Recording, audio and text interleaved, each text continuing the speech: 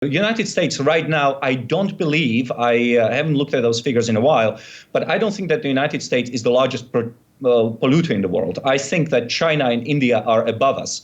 Now, here you have 4.5 billion people who are trying to get rich quick and who are spewing a lot of CO2 into the atmosphere and who are also very competitive with us because they have very low wages. So to tie ourselves to the Paris Climate Accord was the wrong way to go about it. And you know what else happened? Was that the United States has decreased its emissions of CO2 per capita at a faster pace than most places in the world. Why? Because we started getting rid of our coal-powered plants and we started introducing more and more natural gas into our electricity production. And natural gas burns, or rather emits, much less CO2 than coal. And so by innovating, by basically changing the source of fuel from coal to natural gas, we were able to decrease our CO2 emissions at a faster click than we would have been obliged to do under Paris.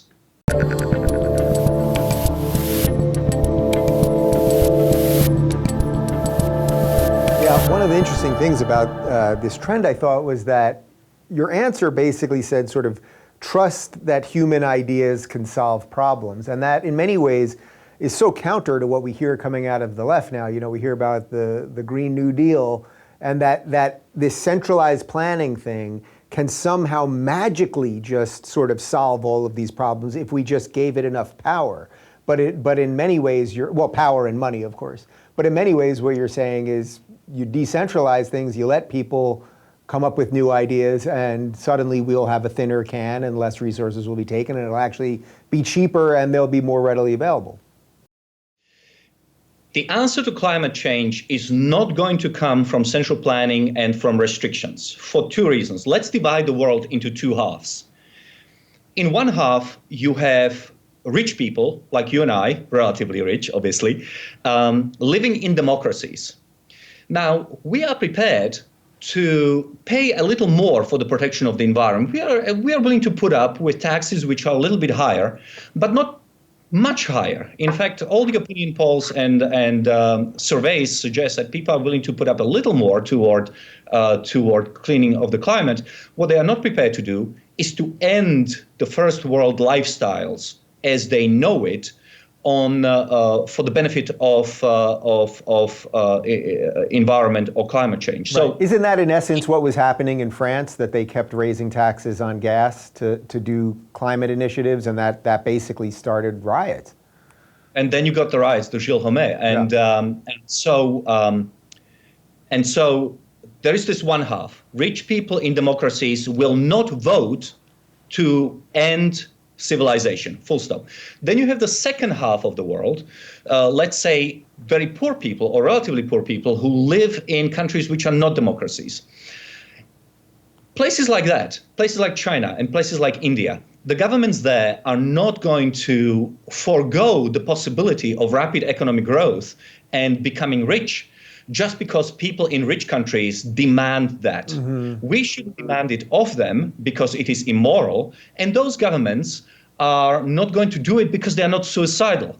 Even China, which is a totalitarian and awful regime, and which keeps saying we are going to go carbon-free by this date and other day, they are building a record number of coal-powered power plants as we speak. In other words, they understand that there is nothing surer to destroy the Communist Party's hold on power than denying the Chinese people a better life.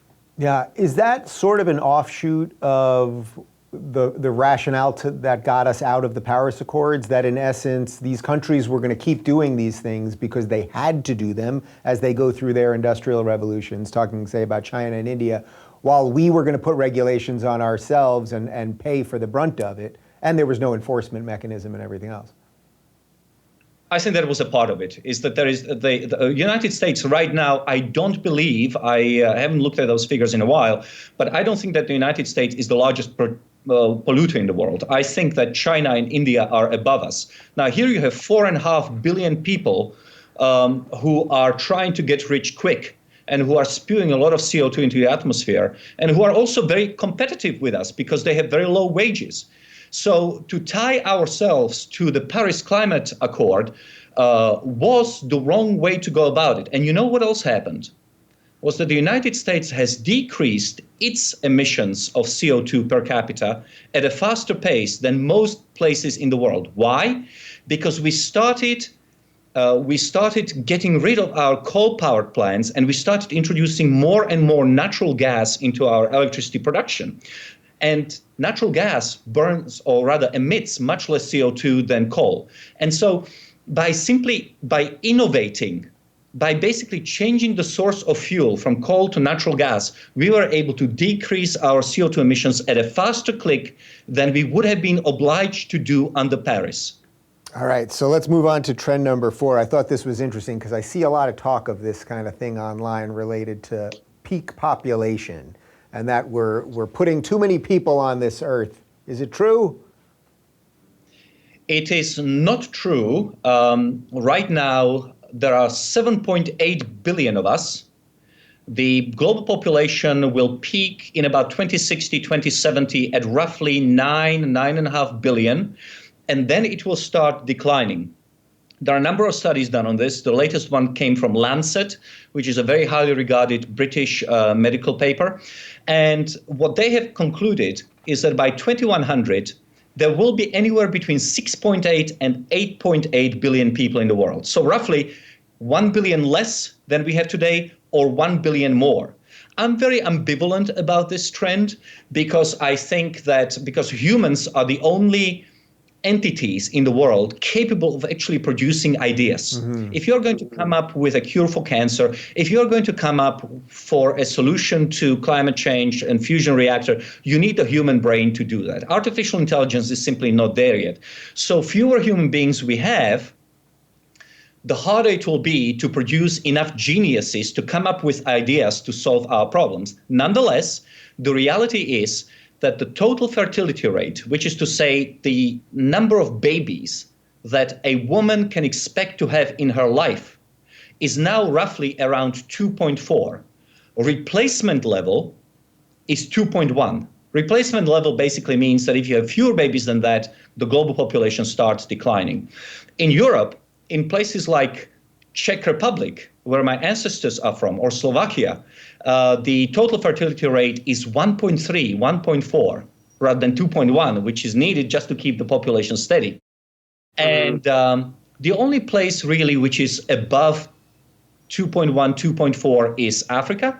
Population of Africa is still going to increase for a while, but globally, we have fewer and fewer babies being born per woman. Why is that? It's because women are getting education and they are getting work. What happens when a woman gets work is that the opportunity cost of staying at home and taking care of children increases. She can do with her life other things. She can earn a lot of money in the marketplace. And so she has fewer and fewer babies. This relationship we are seeing it no matter which continent you are looking at. We see it everywhere. And we expect that as Africa becomes richer, African women will start having fewer and fewer babies below the replacement level. Yeah. Some of this stuff feels like it must be hard to track, because if you were to say, okay, let's look 100 years in the future, and with the trends of how people are reproducing right now, well, all sorts of other trends change, and food changes, and migration patterns change, and everything else. So that explains why it could be 1 billion over or under, right? Correct. It is also based on assumptions about economic growth and access to education. We expect that the economy will continue to grow. I mean, if the economy stops growing, or if there is a degrowth in certain parts of the world, then the relationship between increased wealth and fewer babies obviously ends.